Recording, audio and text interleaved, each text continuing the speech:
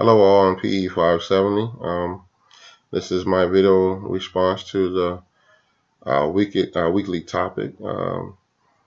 I will describe my philosophy of leadership answering these following questions that have been given to us. And the first question asks, are leaders born or developed?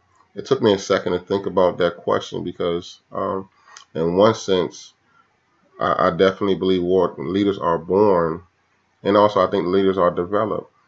But I'm gonna talk more about why I say the leaders are born because I think it takes a special person. I think at times, I think it takes a special person to be a leader. A lot of us are born with those characteristics, and we just don't see those characteristics in ourselves until we grow and go through different obstacles in our lives, and we are put in different positions to display those characteristics. Some of those characteristics are taught to us at a young age, and some are just gifts or traits from our parents that are given to us from birth, where we can show leadership skills. As you go through life, I think, and I'm gonna speak on myself as an example. Participating in athletics and just in different groups, I have been chosen to be captains, to be leaders of the groups, and not because I portray myself as wanting to lead, but just my characteristics and my demeanor. Um, I would say set me apart from other people in the groups at that time or my particular teams that I played for. I think leaders are born. Sometimes we don't know it until again someone else see it in us, or we're put in that position to lead, and then we feel like, okay, this is something I want to do. The qualities of an effective leader, I would say, the effective leader has to first of all communicate with their followers. If you're giving out assignments or you need something to information to be given to your followers, you need to be able to communicate effectively. Also, show fairness. Don't treat employees or your followers differently. Give one person more leeway than the other. So you want to make sure you treat everybody fair and be respectful of everyone's feelings. Because not everyone feel the same way about certain things, and some people, sometimes their feelings get involved in their situations or their choices that they make in their occupation or just life. And also, effectively, is time management. You have to use your time wisely and resources wisely. So those are some of the qualities I think that would make an effective leader, and the impact that my values and faiths and beliefs have on my teaching and coaching are great. Again, I believe that God did put us in this position to either teach and coach children because that was the gift that I was given.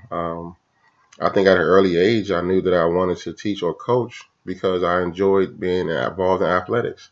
I was raised in a family with coaches. My uncle coached, my granddad coached, my cousin coached. So just seeing how the interaction between kids and things, how kids became so attached to the coaches because of the things that they did with them, made me want to give back the same thing as I got older. But again, I do believe that there is a higher calling. So first and foremost, I do reverence Him, God, and everything that I do. I know that things that I do, He's given those things to me to do. So I try to make sure that I'm doing the right thing in sight of Him when I'm teaching and coaching these kids. So to make sure that uh, these are the things that you should do. These are things that you should be willing to do um, as you lead and want to be in a leadership role throughout your life. And what do those qualities look like in real life? Again, like I say, using myself as an example, I have been uh, had the opportunity to be a supervisor for summer camps, overseeing 14 employees and about 200 different participants come through. I've overseen, a athletic program that which currently in my school. So I have had a number of things that I've overseen where um, we have been successful. And one of the things that stood out to me in the book was athletes in school programs dream big dreams and are goal-oriented, thriving on adaptability, positive attitude, self-awareness, and enthusiasm. Leaders promote patience, responsibility, empathy, and compassion.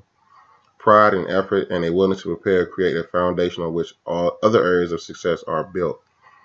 And I really think that's what those qualities look like when you go through an athletic program or you participate in extracurricular activity.